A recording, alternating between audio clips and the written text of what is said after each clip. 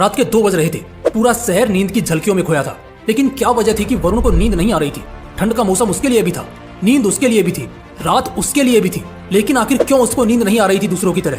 क्यों वो बिस्तर पे नहीं जा रहा था, बल्कि किताबों में खोया लगातार पढ़े जा रहा था? वो एक झोंपड़े में रहता था। हाँ बिल्कुल, उसे झोंपड़ा ही कहेंगे। एक टूटा फूटा सा मकान जिसकी दीवारें इतनी कच्ची कि कभी भी गिर जाए। आज उस लड़के ने रात को कुछ खाया भी नहीं था, क्योंकि घर में खाना बना ही नहीं था। पूरा परिवार आज भूखा सोया था, क्योंकि पिछले 1 महीने से उनके घर में आधा राशन ही आ रहा था। दिन में वो बस एक टाइम ही खा रहे थे। इसकी वजह थी कि वरुण के पिता के अस्थमा का इलाज चल रहा था। पिता पूरा दिन बेहोशी या बेसहारी वाली हालत में पड़े रहते और माँ काम करती, बड़ी बहन काम करती और वरुण क्योंकि अभी छोटा था, मगर फिर भी जितना होता घर के लिए कुछ न कुछ करता। उसकी ऐसी हालत थी कि वो 2 मिनट भी सुकून के पल नहीं बिता सकता था। लेकिन फिर भी ऐसी क्या चीज थी जो उसे दिन में इतना मेहनत करने, 18-18 घंटे पढ़ने और पढ़ते रहने को मजबूर करती रहती? वो दोपहर में गराज पर भी काम करता और शाम को फिर आकर अपने कॉम्पिटिशन एग्जाम की तैयारी करता। वो डेली 4 घंटे पार्ट टाइम एक गैराज पर जाकर काम करता था, जिसके बदले बस वो अपने कॉलेज की और एग्जाम फॉर्म की फीस भर सकता था। 2 वक्त का खाना तक गुजर बसर कर पाना भी उसके हाथ में नहीं था। वो लड़का इस कदर का मेहनती था कि रात को कितनी भी देरी से सोए, सुबह सबसे पहले उठता था और घर के सारे काम करता था, फिर पढ़ने बैठता और तब तक पढ़ता रहता जब तक दूसरे लोग खुद आकर उसे कोई काम करने को ना कहें। माँ और बहन भी दोनों काम पर जाती थी, तो उनकी गैर मौजूदगी में पिता का ख्याल रखना, उन्हें दवाई देना, पूरा घर संभालना, दोपहर में खुद के काम पे जाना, कई बार रात का खाना स्किप कर देना, मगर फिर भी रातों से लड़कर नींद और थकान हराकर वो पढ़ता था, मेहनत करता था, नए नए रास्ते बनाता, लेकिन किसी भी तरह वो अपनी मेहनत को कम नहीं होने देता। फिर एक दिन ऐसा आया जब सच में सब कुछ बदलने या हमेशा के लिए बर्बाद होने वाला था। वो बंदा रेलवेज की तैयारी कर रहा था। इतनी मेहनत जो इतने सालों से वो उस चीज के लिए कर रहा था, फाइनली अब उसे पूरा करने का, यानी वो एग्जाम का दिन आ चुका था। ऐसा दिन जिस दिन सब कुछ बदलेगा या हमेशा के लिए बर्बाद होगा।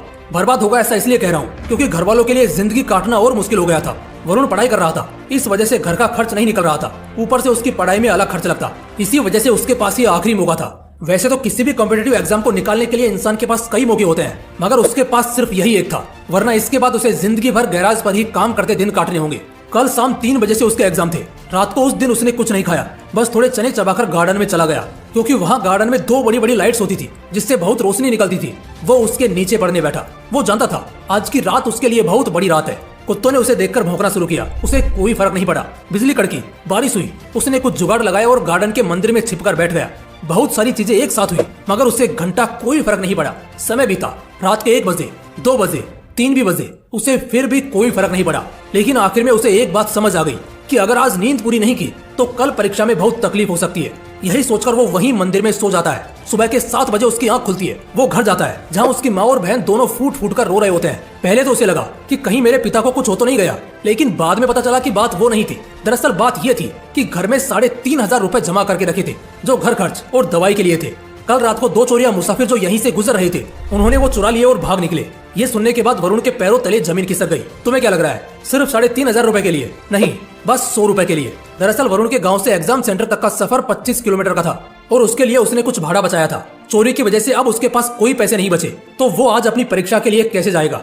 दूसरा डर उसे लगा कि कहीं चोर ने उसका एडमिट कार्ड तो नहीं चुरा लिया। वो तुरंत भागा और देखा तो एडमिट कार्ड सलामत था, लेकिन पैसे कुछ नहीं बचे। उसके घर वाले 3,500 को लेकर परेशान थे, लेकिन वो बस उस 100 रुपए के लिए टेंशन में था कि आखिर वो अब पहुंचेगा कैसे अपनी परीक्षा में।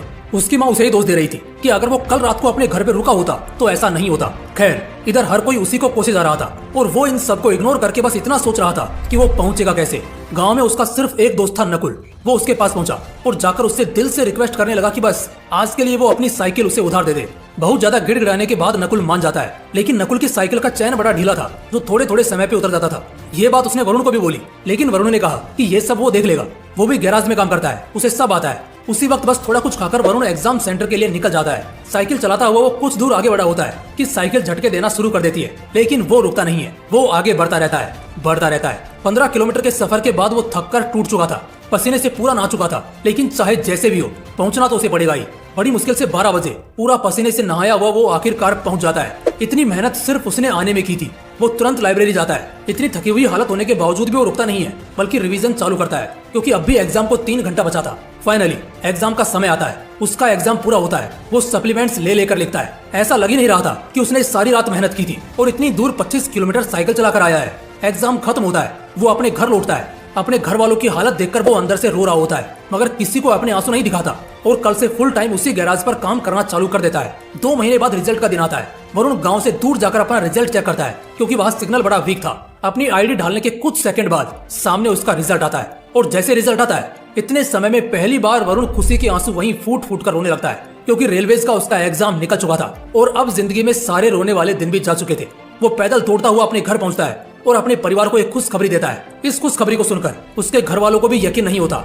वो सभी उस दिन साथ में भर पेट खाते हैं और खुलकर मुस्कुराते हैं। वरुण का रेलवेज में ऑफिसर्स के लिए सिलेक्शन हो चुका था। उसके पिता का इलाज बहुत अच्छी जगह होना शुरू होता है, जिससे कुछ ही महीनों में उसके पिता काफी ठीक हो जाते हैं। बहन की वो बड़े घर में शादी कराता है और जहाँ एक समय पहले उसके खुद के परिवार के लिए 2 वक्त का खाना मुश्किल होता था, अब हर रविवार को वो अपने पैसों से गरीबों को मुफ्त भोजन खिलाता है। वो आज एक बहुत अच्छे घर में रहता है। लाख रुपए से ज्यादा की सैलरी है उसकी। जहाँ कभी साइकिल के लिए वो तरसता था, आज कार में घूमता है। जहाँ कभी 3,500 के लिए और 100 रुपए के लिए रोया था, वो आज 3,500 की तो सिर्फ साड़ी उसकी माँ पहनती है। देखो दोस्तों, जिंदगी कहां से कहां बदल जाती है एक पल में, लेकिन ये सब कुछ एक पल में नहीं होता।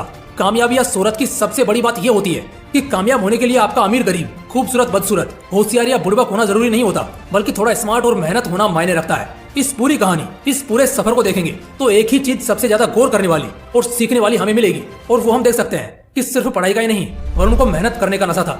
जब एक इंसान को मेहनत का नशा हो जाता है ना, तब जाकर सच में वो कुछ भी बन सकता है। अगर मेहनत करने का नशा नहीं होता ना उसमें, तो आज वो गैराज पर ही काम कर रहा होता। पिता की हालत और भी ज्यादा खराब हो चुकी होती। बहन की जिंदगी खराब हो जाती, क्योंकि अच्छे घर में शादी नहीं हो पाती। माँ जिंदगी भर घुटती रह जाती। लेकिन बहुत जल्द उसे ये बात समझ में आ गई थी कि आज मेहनत का नशा करना होगा, वरना कल जिंदगी भर के लिए रोने की आदत डालनी होगी। वो कितना मेहनती था ये तो हमने देख ही लिया है। दिन में गैराज और रात को लालटेन पर टिका रहता। 2 किलोमीटर पैदल चले जाएं तो ना जाने कितना दर्द दिखाते हैं, और वो 15 किलोमीटर साइकिल चलाता है। फिर भी एग्जाम में 1 सेकंड के लिए भी आराम नहीं फरमाता। दोस्तों, आखिर में बस एक छोटी लेकिन बहुत पावरफुल बात कहना चाहूंगा कि किस्मत भी उसी का साथ देती है जो बंदा मेहनत करता है, चाहे वो कोई भी हो। हर कोई आज जो कामयाबी की अय्यासी करता तुम्हें दिख रहा है ना, कभी उसने भी मेहनत का नशा किया होगा।